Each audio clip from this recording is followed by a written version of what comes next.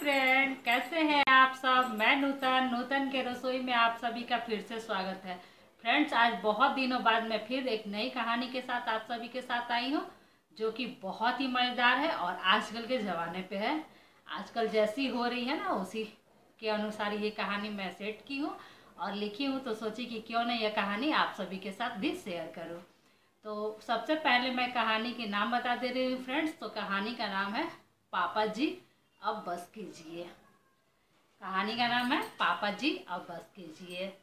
रोशनी अपने घर की लाडली बेटी थी। रोशनी के पापा बहुत बीमार रहते थे। 15-16 साल की उम्र में ही रोशनी के पापा ने रोशनी की शादी कर दिए। उसकी हाथ पीली कर दिए, इसलिए कि वो बहुत बीमार रहते थे। तो उनको लगता था कि मेरे होते ही मेरी बेटी की शादी हो जाए और अच्छे घरानों में हो जाए। उसके लिए एक अच्छा सा लड़का ढूंढ दूँ तो बहुत अच्छा है। और उन्होंने रिश्ता ढूंढा और उन्हें एक अच्छे सा लड़का मिल गया और रोशनी की शादी कर दी। रोशनी की उम्र 14 से 15 साल की थी। रोशनी अपने ससुराल में आई। उसका पति अभय बहुत खूबसूरत था, साथ ही साथ उसकी नेचर भी बहुत अच्छी थी। अभय के साथ रोशनी बहुत खुश रहती थी। लेकिन रोशनी छोटी थी, उम्र के हिसाब से उसे कुछ काम भी कम आते थे और साड़ी पहनने तो बिल्कुल नहीं आते थे। अचानक उसकी पापा ने उसकी शादी कर दी थी।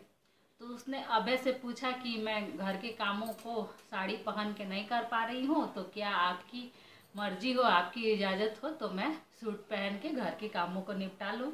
क्योंकि रोशनी के ससुराल में रोशनी की सास बहुत बीमार रहती थी और थोड़ी सी खड़ूस भी थी। तो शादी के बाद 2-3 दिन बाद ही उसने रोशनी के साथ सारे काम को सौंप दिया, सारी घर की जिम्मेदारी को सौंप दिया और बोला कि तुम सारे काम को निपटाओ, मेरे से नहीं होता, मैं अब करने वाली नहीं हूँ। काम तो रोशनी करती थी क्योंकि वो अपने मायके में भी की थी अपनी मम्मी का हाथ बटाने के लिए। तो घर के कामों में उसे बिल्कुल दिक्कत नहीं होते थे। लेकिन साड़ी पहन के वो उलझ जाती थी। कभी उसके सर से पल्लू गिर जाते थे तो कभी वो साड़ी में फंस जाती थी और गिरते गिरते बचती थी। इससे वो परेशान रहती थी।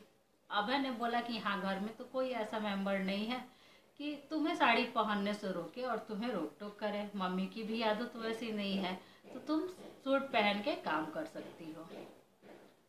रोशनी ने बहुत खुश हुआ और उन्होंने फटाफट अपने मायके फ़ोन किया और अपने पुरानी वाली ड्रेस जो मायके में पहनती थी वो अपने पापा से मंगवा लिया।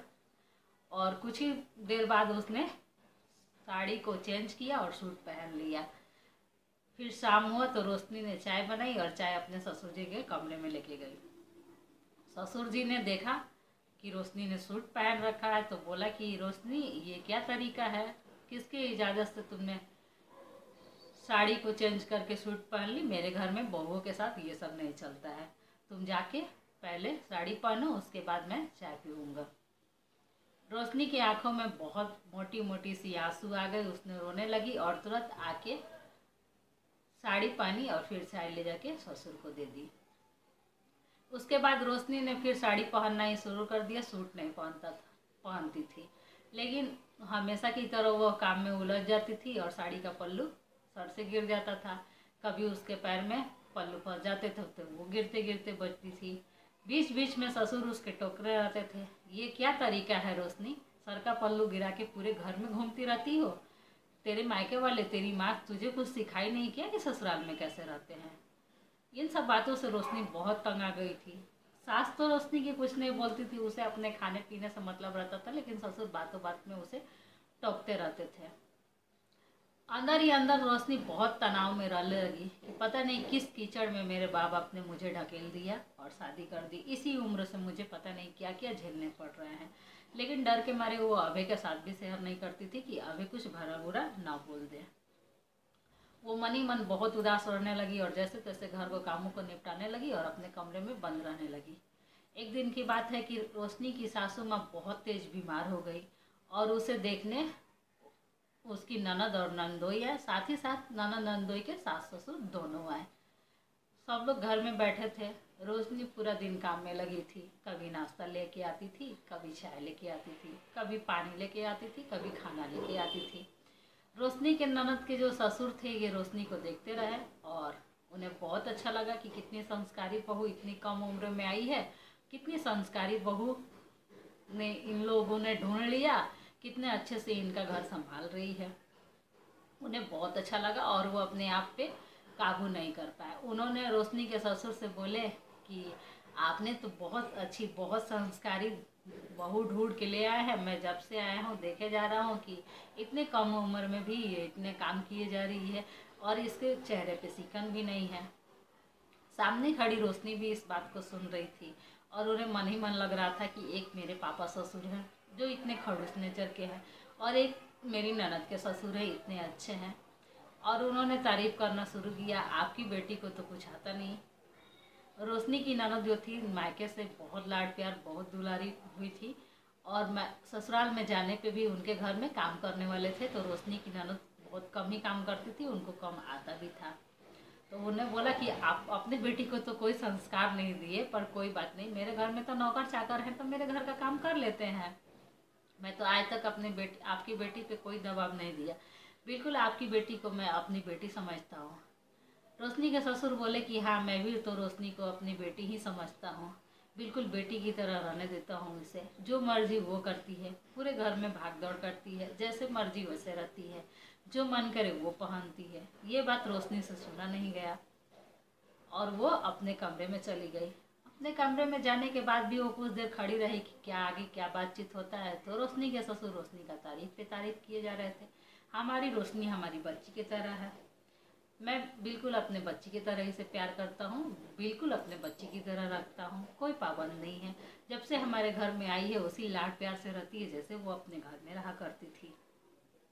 रोशनी कुछ देर तक इन सब बातों को सुनती रही और वो सोची कि आज मैं अगर इन समाज में इन लोगों के बीच कुछ जाके ना बोलूँ तो मैं इसी तरह इन लोगों के पैरों के नीचे दबी रहूंगी और अपना जीवन व्यतीत करती रहूंगी और घुटन सा महसूस करती रहूंगी। अभी को भी इस बात का पता नहीं चलेगा क्योंकि मैं उनसे बताती नहीं हूँ कि मेरे अंदर क्या चल रहा है, आपके पापा मेरे साथ कैसा बिहेव करते हैं।